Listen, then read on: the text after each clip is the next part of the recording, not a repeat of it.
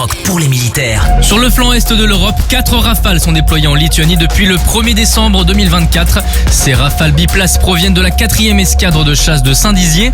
Pendant 4 mois, ils participeront à la mission Enhanced Air Policing, la police de l'air renforcée. Ce déploiement effectué sous mandat de l'OTAN vise à garantir l'intégrité de l'espace aérien et la souveraineté des pays baltes. Les chasseurs se tiennent donc prêts à décoller en cas de survol suspect ou non déclaré à proximité du ciel lituanien, letton et estonien. C'est une centaine d'aviateurs français qui tient son poste depuis la base lituanienne de Cholet pour la 3e année consécutive.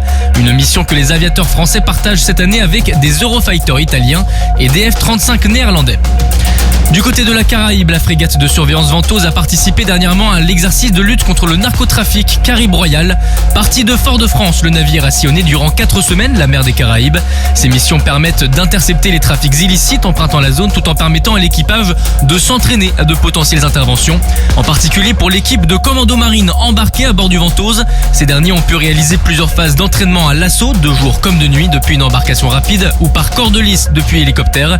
Plusieurs entraînements ont ensuite été conduits avec la frégate Holland de la marine royale néerlandaise. Exercice de visite du bâtiment, d'assistance, de manœuvres aéromaritimes et de remorquage. Cette large palette d'actions communes a favorisé le renforcement de l'interopérabilité entre les deux marines. Conduites plusieurs fois par an, les opérations Caribe Royal permettent de lutter contre le trafic de produits stupéfiants dans la région.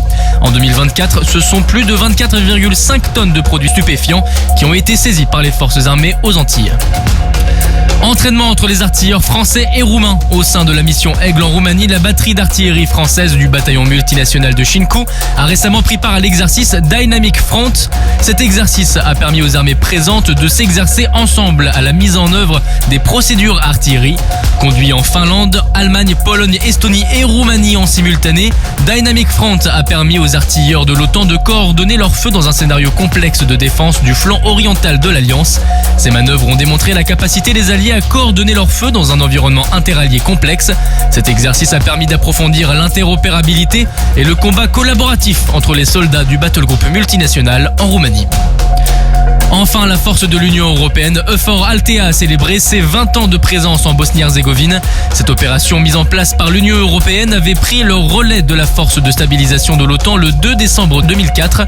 Composée de contingents provenant de 23 pays dont la France, EUFOR Althea s'engage depuis 2 décennies aux côtés des forces armées bosniennes. Par son action, EUFOR Althea joue un rôle clé dans le maintien de la stabilité et de la sécurité de la région. Depuis 2020, la France a renforcé sa contribution permanente à la mission Althea et a pris la responsabilité de la force de réaction rapide pendant le premier semestre 2024, démontrant ainsi son soutien à l'engagement continu de l'UE dans cette région. Sur terre, sur mer, comme dans les airs. Skyrock PLM, en équipe avec Uneo, la mutuelle des forces armées.